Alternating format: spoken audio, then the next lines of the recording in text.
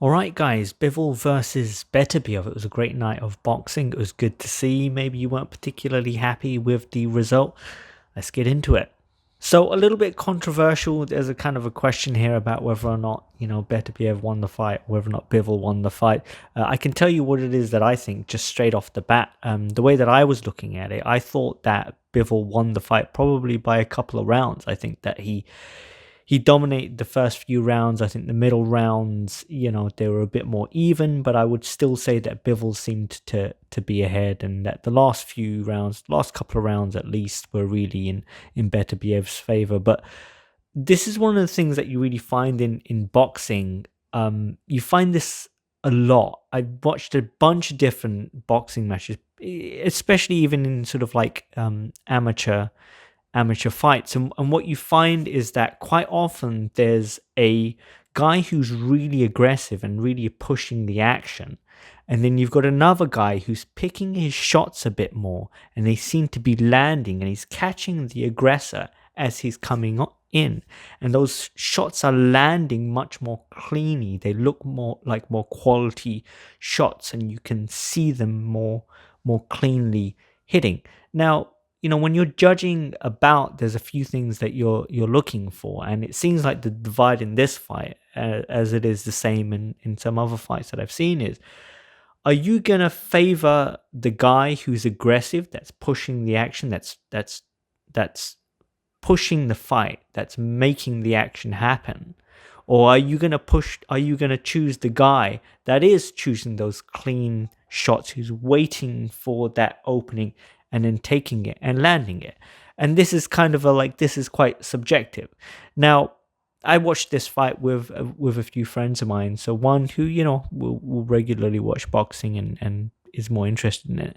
Another couple that were much less interested in it. But everyone seemed to agree on the night, just a bunch of fans watching the fight, that Bivol seems to have it.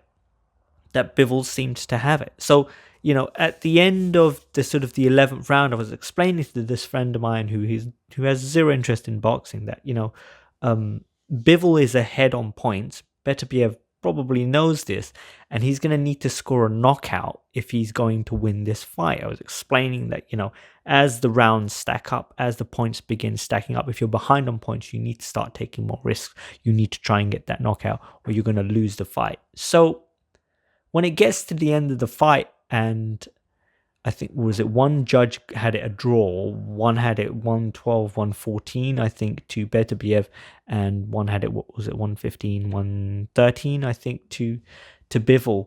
I was shocked to hear them say that it was Beterbiev, but, for me, I guess it's a reminder that this really depends on what it is that you're emphasizing, what it is that you like in a boxing fight. This reminds me of Ford versus Ball in that 5v5 boxing night with Queensroom versus Matchroom. So Queensbury versus Matchroom. So Eddie Hearn, versus Frank Warren's fighters. There was Ford and there was Ball. So, one of them was really aggressive, really pushing the action. The shorter fighter, he kept moving in. He didn't give up. He kept trying to get on the inside and throw those inside shots. And then the other guy was kind of picking his shots and they were landing much more cleanly. And at the end of it, it was the aggressor that won the fight. And it feels like the same thing has happened here. Now, I did have a quick look at some of the reactions after the fight, in some of the YouTube comments, and a couple of people were saying that Bivol got robbed. It was very interesting hearing the zone commentators at the end of the fight, and nobody seemed to kind of come out and say, is that the result that we think was the correct one? That Bivol had lost and that Beterbiev had come out on top. I don't really know. And I can see that there's an argument to be made that, well, Beterbiev, if you look throughout the fight, you got to give it to Beterbiev. He was essentially on the front foot near enough the entire fight. Bivol, there are some points where he was on the front foot, but most of it was Beterbiev pushing the action, throwing the punches. And this is the thing. Most of Beterbiev's punches seem to be landing on the gloves. They seemed to be landing on the gloves. Now, that doesn't mean that they weren't causing any damage. They were causing damage because at the end of the fight, you could see, and about 2/3 of the way through the fight, you could see that Bivol's eye and I think a bit of his forehead as well getting a bit red, swelling a little bit, and I think Bivol even himself in the post fight interview mentioned that he pointed out his eye, that he was covering up, and Beterbiev's punches, which are so hard, are still hitting him on the glove, and the glove is still hitting hard enough that it's making Bivol's eye and forehead swell up a little bit. It was a little bit red, so he did do some damage. But I don't know. This is one of the things with boxing. What is it that you value? What is it that you value? So the term that we're looking for here is effective aggression. Effective aggression. Was Beterbiev effective with his aggression? Well, if your shots are landing on your gloves, is that effective aggression? Like in the post-fight sort of, they take a single clip, DAZN. They took a single clip per round to, I guess, show the highlight from that round. And what you saw a lot of was Beterbiev, of course, being the aggressor, coming in and maybe hitting Bivol with a jab, and then being immediately countered by a power shot from Bivol. Now, this is the other thing, is that when you're scoring a bout, the power shots are meant to, score better with the judges than a jab. If I'm hitting my opponent with a jab all night, but what he's landing are these bent arm power shots, then, well, my opponent has the advantage on the scorecards because the power shots get more emphasis they're meant to get more emphasis on the scorecards, but that's not the way that it turned out. And I was sort of looking at the punch stats in the bottom right. I think they showed them sort of 2/3 of the way through the fight, and then I think maybe in the 10th or 11th round as well. And you could see from those stats that Beterbiev was throwing way more punches than Bivol, But even though he was throwing way more punches, Bivol was still landing more punches, like not just as a percentage of the punches that are thrown, but in total, he was still landing 2 or 3 punches more than Beterbiev, despite the fact that Beterbiev is throwing a lot more punches.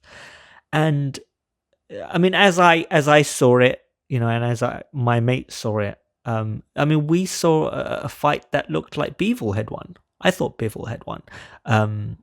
Eddie Hearn seemed to be the only one that night, because the DAZN commentators were not saying as much. They were kind of like, I think one said, well, if Beterbiev had won, then Bivol's going to be upset. If Bivol had won, then Beterbiev would be upset, which is, of course, is obvious. But Eddie Hearn, of course, being Bivol's promoter, manager, was the only one to say, hang on a minute, did we just watch the same fight? Because it looked to me like Bivol had won that fight and, had the victory snatched from him when he really deserved it. And, I don't know. This really kind of depends on what you guys think. What do you think? Because, I read some comments on YouTube and some people saying, it was too close to call, so it could have been a draw. Which I don't think anybody would have been very happy with. I don't think I would have been happy with that. When I realized that it was going to be a majority decision and they hadn't called the name just yet, I thought that they were going to call Bivol. And then it ended up being Beterbiev. But what I saw was that Bivol had a very good jab. He was moving around a lot. Although he was backing up a lot, he's fighting off the back foot. He was also moving side to side, so he wasn't getting caught on the ropes particularly often. And Beterbiev, you got to give it to him. He kept pushing forward. I mean, it takes something it takes a lot of stamina. It takes a lot of heart, a lot of grit to keep pushing forward in that kind of fight where, you're eating shots on the way in. You're eating shots. He didn't just eat jabs from Bivol, who has a great jab and good one too as well. Beterbiev's jab did him some good too, but Beterbiev was eating a shot, and then maybe he'd land a jab, and Bivol would hit him with, a right or a left hook or something. And from what I could tell, the power shots from Bivol were just landing more cleanly, and they looked like more quality shots as well. There was a point in the fight where I thought, hey, are we going to see a knockout? Because it looked like that, we might see something like that. But of course, we didn't end up with it. In terms of sort of what's going to happen next, if I was Beterbiev, it might be a good time to retire. I mean, you've just got a nice payout, and you've just won undisputed, which means that you're at the top of your game. You're 39 years old. Do you really want to fight this guy again, who's 6 years your junior?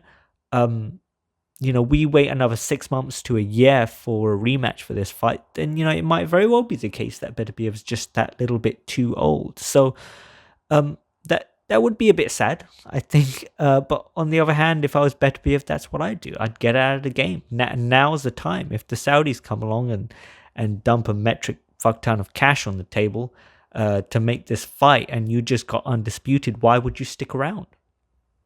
I mean, I don't know what you guys think. Would you like to see a rematch? Would you want to see a rematch? I mean, it could be quite good. And if there was a rematch, I'm hoping that metric fuck ton of Saudi money means that we end up seeing it in 6 months and not any longer than that. Because it could be a good fight. It could be a good fight. But you could see at the end of the fight that Bivol, when he went back to his corner, he was kind of celebrating. His team were kind of celebrating. They looked like a bunch of guys who just want to fight. And then, of course, I mean, I guess credit to Bivol when they interviewed him. I mean, the look on his face said it all. His words were something else. He said, well, this was the decision of the judges. He didn't take anything away from Beterbiev. He mentioned that he, when asked about Beterbiev's power, he said, yeah, he's got good power. Look at my eye. He's punching me through the glove and it's still doing damage. But you could see the look on his face. He wasn't happy. At the end of that fight, you could just see the smile on his face. He thought he had done enough to win. And of course, once the judge's decision comes out, just his face is just, he's not happy. He's not happy. And I guess we'll have to see what happens next. But yeah, I mean, what do you guys think? Do you think we need a rematch? Do we want to see a rematch? What would you do if you were Beterbiev? Would you decide, well, this is something I need to prove now that I did actually defeat Bivol? Or would you decide, hey, I'm at the top of my game. I just got lots of money. I'm undisputed now. Time for me to call it a day and go about my business. Yeah, what do you guys think? What do you think should happen next? Who do you think won? Was that a draw? Did Beterbiev deserve that, or was Bivol robbed? I mean, I just saw a clip earlier today of Turki Al-Sheikh actually saying that he thought that Bivol won by 2 rounds, which is probably about where I'd put it. But of course, hey, it's boxing, it's judges, nobody got knocked out, and therefore, it's going to be left up to individual judges who are going to call it the way that they say it. So anyway, guys, thanks very much for getting to the end of this video, and you will see me next time. Thank you. Goodbye.